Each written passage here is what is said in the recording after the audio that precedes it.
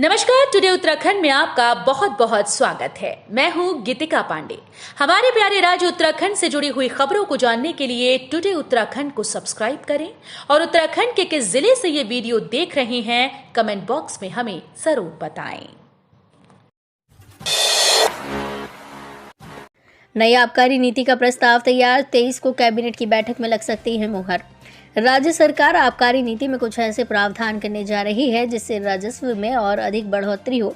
माना जा रहा है कि नए वित्तीय वर्ष में आबकारी से राजस्व प्राप्ति का लक्ष्य 4000 करोड़ से बढ़ाकर 4500 करोड़ किया जा सकता है।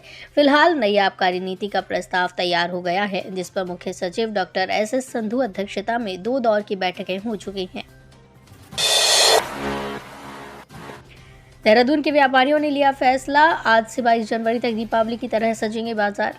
दून के व्यापारी 19 से 22 जनवरी तक बाजार को दीपावली की तरह सजाएंगे। इसके साथ ही 20 जनवरी को दून में भव्य श्री राम यात्रा भी निकालेंगे।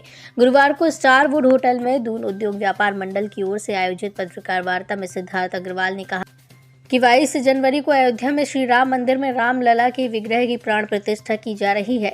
इसको देखते हुए व्यापार मंडल की ओर से 371 कार्यक्रमों का आयोजन किया जा रहा है। इसमें हनुमान चालीसा पाठ, मंदिर कीर्तन, अखंड पाठ, रामायण पाठ आदि कार्यक्रम शामिल हैं। नगर में 20 जनवरी को भव्य श्री राम यात्रा निकाली जाएगी, जिसका जगह जगह पर व्यापारियों की ओर से स्वागत किया जाएगा। जोशीमठ पहुंचे रक्षा मंत्री, देश के विभिन्न जगहों की 35 परियोजनाओं का किया लोकार्पण। रक्षा मंत्री राजनाथ सिंह शुक्रवार को जोशीमठ के ढाक पहुंचे। यहां से उन्होंने भारत चीन सीमा को जोड़ने वाले जोशीमठ मलारी हाईवे समेत देश के विभिन्न जगहों की 35 परियोजनाओं का लोकार्पण किया, जिसमें 28 पुल और 6 सड़कें शामिल हैं। रक्षा मंत्री दोपहर करीब 12 बजे हेलीकॉप्टर से जोशीमठ पहुंचे और वहां से सड़क मार्ग से ढाक पहुंचे। इस दौरान सुरक्षा चाक चौबंद रही। सभी पुलिसकर्मी निर्धारित समय से 3 घंटे पहले ड्यूटी स्थल पर पहुंचे। रामलला की प्राण प्रतिष्ठा का देवभूमि में चढ़ा खुमार, श्री रामचरितमानस की खरीदारी में आया ऐसा उछाल। अयोध्या में रामलला प्राण प्रतिष्ठा समारोह का खुमार देश भर में चढ़ा है। उत्सव की तमाम तरह की तैयारियों के साथ ही धर्म ग्रंथों की खरीदारी का भी क्रेज बढ़ा है। खासकर श्री रामचरितमानस की खरीदारी में सबसे ज्यादा उछाल है। दूनवासियों ने 1.5 महीने में ही इसकी 2.5 से अधिक प्रतियों को अपना बना लिया है। 22 जनवरी को उत्तराखंड में सरकारी दफ्तरों में रहेगी आधे दिन की छुट्टी, आदेश से कर्मचारी नाखुश। अयोध्या में राम मंदिर प्राण प्रतिष्ठा समारोह को लेकर उत्तराखंड सरकार ने 22 जनवरी को सरकारी दफ्तरों में आधे दिन की छुट्टी घोषित की है। इस संबंध में आदेश जारी कर दिए गए हैं। आदेश के बाद कर्मचारी नेताओं ने कहा कि सरकार द्वारा सरकारी कार्यों में आधे दिन का अवकाश किया गया है, जो औचित्यहीन है। 5115 मिनी आंगनबाड़ी केंद्र उच्चीकृत होंगे, बोली मंत्री। 5000 महिलाओं को मिलेगा रोजगार। प्रदेश के 5115 मिनी आंगनबाड़ी केंद्र उच्चीकृत होंगे। केंद्र सरकार की ओर से इसकी मंजूरी मिल गई है। महिला सशक्तिकरण एवं बाल विकास मंत्री रेखा आर्य ने कहा, इन केंद्रों के उच्चीकरण के बाद राज्य के 100% मिनी आंगनबाड़ी केंद्र उच्चीकृत होंगे। इससे 5000 से अधिक महिलाओं को सहायिका के रूप में रोजगार मिलेगा।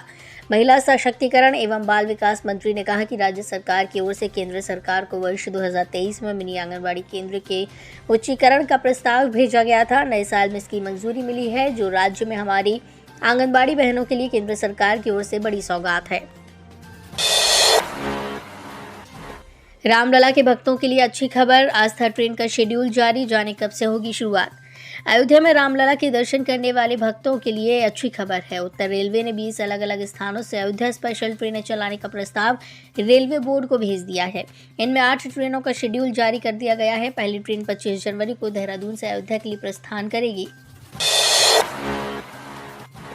कमरे में बैठी दूल्हे की दादी की कुंडल लूटे, फिर धक्का मारकर भागा, पुलिस के हत्थे चढ़ा आरोपी। पोते की मेहंदी कार्यक्रम में कमरे में बैठी वृद्ध महिला के एक बदमाश ने कान के कुंडल लूट लिए। इसके बाद उन्हें धक्का देकर भाग निकला। मौके पर पहुंची पुलिस ने सीसीटीवी फुटेज खंगाली, जिसमें बदमाश का चेहरा आया है। घटना रेस कोर्स स्थित अमरीक हॉल की है।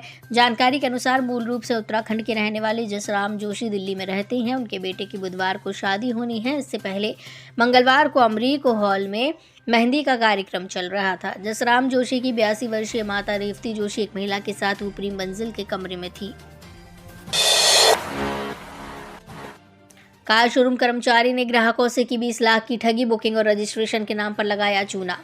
एक शोरूम के कर्मचारी ने कार बुकिंग और ARTO में रजिस्ट्रेशन कराने की आड़ में लाखों रुपए की ठगी कर ली। ग्राहकों ने इसकी शिकायत शोरूम मालिक से की तो ठगी का पता चला। पुलिस ने कार शोरूम मालिक की तहरीर पर कर्मचारी के खिलाफ धोखाधड़ी का केस दर्ज कर जांच शुरू कर दी है। सीएम धामी ने प्रधानमंत्री मोदी से 400 मेगावाट अतिरिक्त बिजली मांगी, बताइए समस्याएं।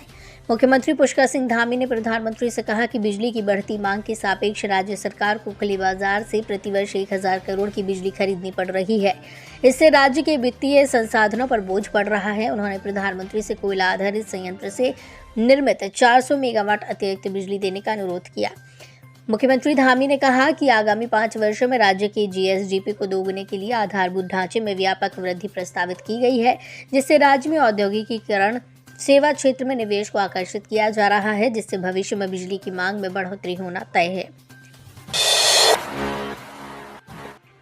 प्रदेश में स्वच्छता के काम और दावों की ऑडिट से खुलेगी पोल, स्वच्छ सर्वेक्षण में निराशाजनक प्रदर्शन। उत्तराखंड के शहरी क्षेत्रों में स्वच्छता की दिशा में निकायों ने जो बड़े बड़े दावे किए हैं, अब ऑडिट से उनकी पोल खुलेगी। हाल में आए स्वच्छ सर्वेक्षण के निराशाजनक आंकड़ों के बीच शहरी विकास निदेशालय निकायों की थर्ड पार्टी ऑडिट की प्रक्रिया शुरू कर दी गई है।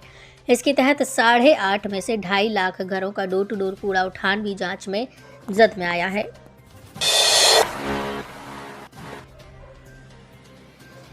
हाईकोर्ट का बड़ा फैसला, दुग्ध उत्पादक सहकारी समिति की केंद्रीय समिति के चुनाव पर लगी रोक। उत्तराखंड हाईकोर्ट ने नैनीताल दुग्ध उत्पादक सहकारी समिति लाल कुआं की केंद्रीय समिति के चुनाव पर रोक लगा दी है। न्यायमूर्ति आलोक वर्मा की एकल पीठ ने विपक्षियों को 2 हफ्ते के भीतर जवाब दाखिल करने के निर्देश दिए। बिंदु खत्ता निवासी भरत नेगी ने दुग्ध संघ की केंद्रीय प्रबंधन समिति के चुनाव को चुनौती दी थी। उनका कहना था कि नैनीताल दुग्ध उत्पादक समिति के अंतर्गत 385 समितियां हैं। इन समितियों के प्रतिनिधि ही नियम के अनुसार केंद्रीय समिति के चुनाव में हिस्सा लेते हैं, मगर वर्तमान में इन समितियों के चेयरमैन को इस चुनाव में हिस्सा लेने के लिए अहम बताया गया है, जो कि उत्तराखंड सहकारी समिति के नियम 2003 के खिलाफ है। सिंड्रोमिक नवजात बच्ची को सर्जरी के लिए किया रेफर, पुलिस को कूड़े के ढेर में मिली मासूम। दून अस्पताल में 16 जनवरी को पैदा हुई एक सिंड्रोमिक बच्ची कूड़े के ढेर में पड़ी मिली। आरोप है कि परिजनों ने ही उसे फेंका है। पुलिस ने उसे दून अस्पताल में भर्ती करा दिया है। रायपुर निवासी एक महिला ने 16 जनवरी को दून अस्पताल में सिंड्रोमिक बच्ची को जन्म दिया था। बच्ची को दून अस्पताल के ही NICU में भर्ती किया गया था। सांस सही चलने पर 17 जनवरी को डॉक्टरों ने सर्जरी के लिए उसे हायर सेंटर रेफर कर दिया। परिजन बच्ची को लेकर चले गए, तब उसकी मां गायनी वार्ड में भर्ती थी। आगामी चुनाव को लेकर धन सिंह रावत ने किया बड़ा दावा, ये भी कहा इस वर्ष 25 कॉलेजों को दिया जाएंगे हॉस्टल।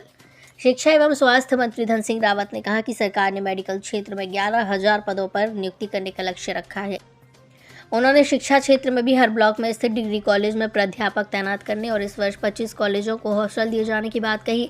दावा किया कि भाजपा राज्य की 5 लोकसभा सीट के साथ ही नगर पंचायत, नगर निगम और नगर पालिका चुनाव में बड़ी जीत दर्ज करेगी। गुरुवार को नैनीताल क्लब में आयोजित कार्यक्रम में कैबिनेट मंत्री डॉक्टर रावत ने नवनियुक्त हुए स्वास्थ्य कर्मियों को नियुक्ति पत्र सौंपे। तो ये थी हमारे प्यारे राज्य उत्तराखंड से जुड़ी हुई कुछ खास और अहम खबरें। इसी तरह की लेटेस्ट अपडेट पाने के लिए अभी सब्सक्राइब करें टुडे उत्तराखंड चैनल को। धन्यवाद।